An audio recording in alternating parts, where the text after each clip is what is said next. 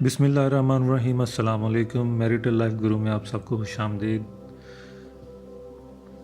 رشتہ اگر اچھی جگہ پہ ہو جائے تو اس سے بڑی آپ کی زندگی میں نعمت اور سکون نہیں ہے، اور اگر یہی رشتہ اگر کسی بری جگہ پہ ہو جائے تو اس سے برا ایکسپیرینس اور اس سے بڑی مصیبت کوئی نہیں ہوتی زندگی میں۔ نبی کریم صلی اللہ علیہ وسلم کی ایک حدیث ہے کہ مومن کے لیے ایمان کے بعد سب سے بڑی نعمت اس کی زندگی میں اچھی عورت کا ملنا ہوتا ہے۔ تو آپ اس حدیث سے اس چیز کو سمجھ لیں اور اس کا اندازہ لگا لیں کہ کسی کا ہماری زندگی میں جڑنے کے لیے جو لائف پارٹنر ہے اس کی کتنی اہمیت ہوتی ہے۔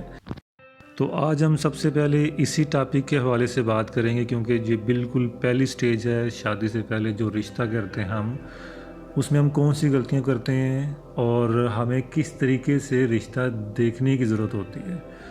اور اکثر اوقات دیکھا گیا ہے کہ جو پرابلم ہے وہ اس کی جو بیس ہوتی ہے وہ یہیں پہ کہیں ہوتی ہے، تو لہٰذا یہ ضروری تھا کہ آپ سے یہ والی چیز کے بارے میں بھی ڈسکس کیا جائے کہ ہر رشتہ کرنے کے لیے جو بہتر طریقہ ہے وہ کس طرح کیا جائے، یا کن چیزوں کو مد نظر رکھتے ہوئے رشتے کی بات کی جائے۔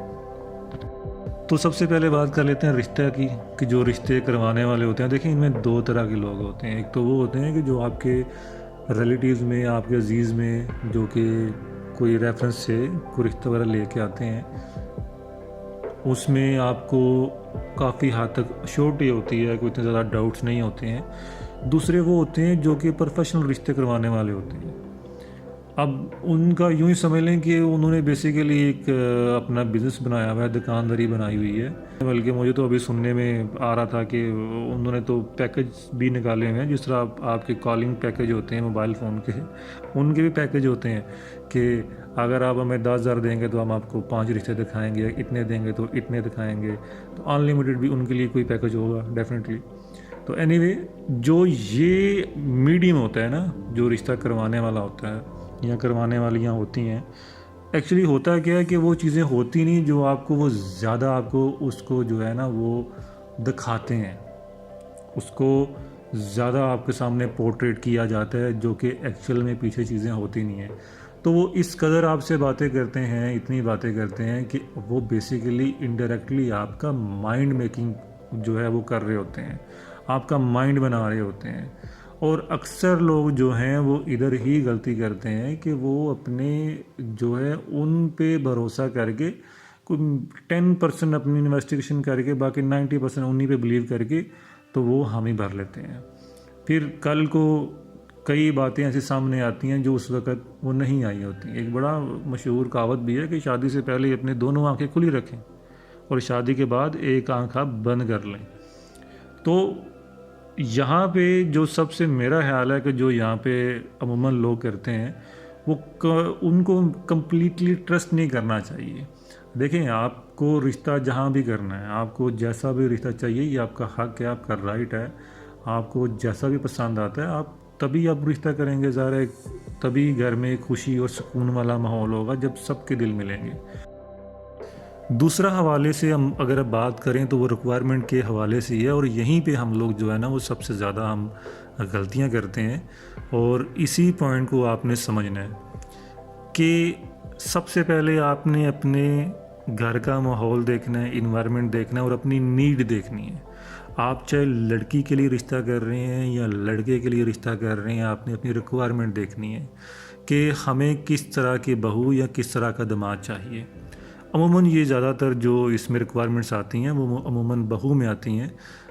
داماد کی صرف چند ریکوائرمنٹ ہوتی ہیں، بہو کی زیادہ ہوتی ہیں۔ اس کی وجہ بھی یہ ہے کہ ایک جو لڑکی نے آنا ہوتا ہے اس نے پورا ایک گھر میں رہنا ہوتا ہے، اس نے وہاں پہ بسیرا کرنا ہوتا ہے، اس کے بچے پیدا کرنے ہوتے ہیں، نسل آگے بڑھانی ہوتی ہے۔ تو وہ ایک مطلب کہ داماد تو کبھی گیا، 2 راتوں کے لیے گیا، ہفتے کے لیے گیا، پھر واپس آ گیا، لیکن یہ کہ بہو نے اس گھر کا حصہ بن کے اس گھر کو آگے چلانا ہوتا ہے۔ تو اسی لیے جو اس کی ریکوائرمنٹ ہیں وہ ایسی ایسی آ رہی ہوتی ہیں، مطلب کہ جو لڑکے والے ہیں وہ جو ان کی مائیں جو اسپیشلی ہوتی ہیں، جی لڑکی पतली हो, लंबी हो, मोटी आंखें हो, नाक तीखी हो, बाल इतने हो, इतना वो लंबी लिस्ट दे देते हैं कि जैसे कि वो कोई आर्डर पे वो कोई चीज़ तैयार करवा रहे हैं ना।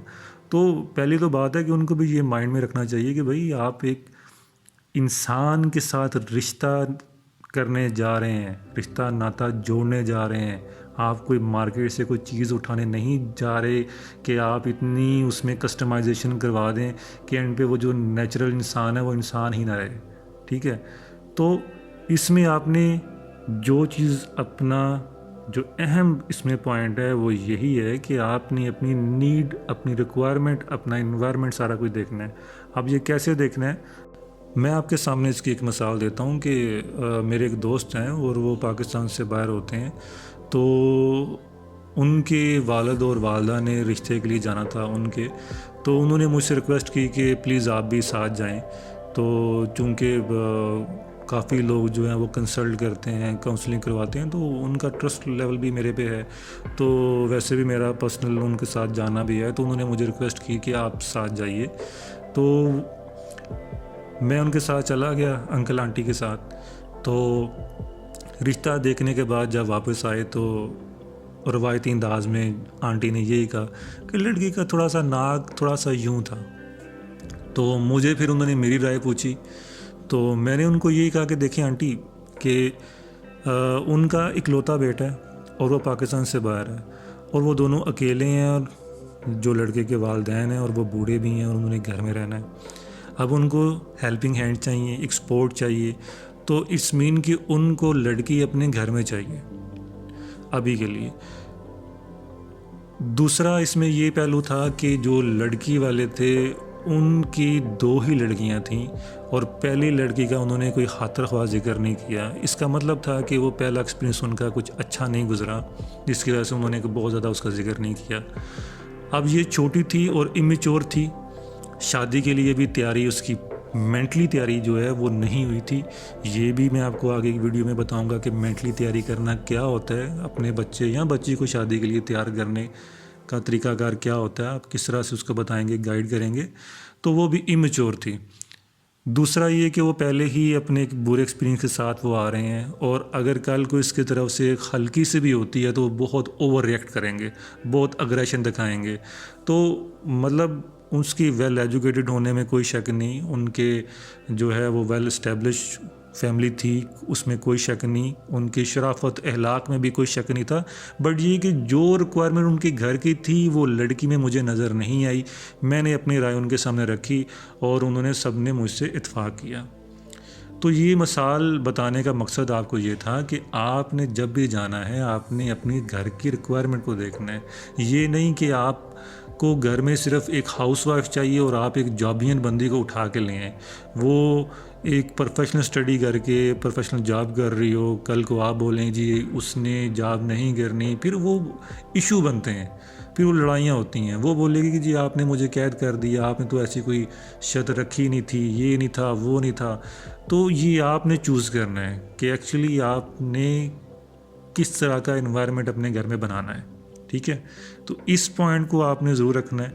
अगर आप सारे जॉब करते हैं, आपको ये है कि हमारे घर में एक और बंदा या बंदी जो ऐड होगा वो भी जॉब करे तो हमें कोई इशू नहीं है, तो फिर आप जॉब वाली बंदी भी लेके आएँ, ताकि वो जिस इन्वायरमेंट से वो अपने घर में है उसी इन्वायरमेंट के साथ इधर आए तो वो ज़्यादा आउटपुट आपको मिलेगी, बनिस्बत कि आप उसको पहले कुछ पाबंदियाँ लगाएं, सिखाएं, इतने काम करें, तो वो काफ़ी जो है वो आगे कॉम्प्लिकेटेड आपके रिलेशनशिप में हो सकते हैं। तो लिहाजा ये दोनों पॉइंट, एक तो जो रिश्ता करवाने वाले होते हैं उन पे कम्प्लीटली आपने हर बात पे उनको एग्री नहीं कर लेना होता।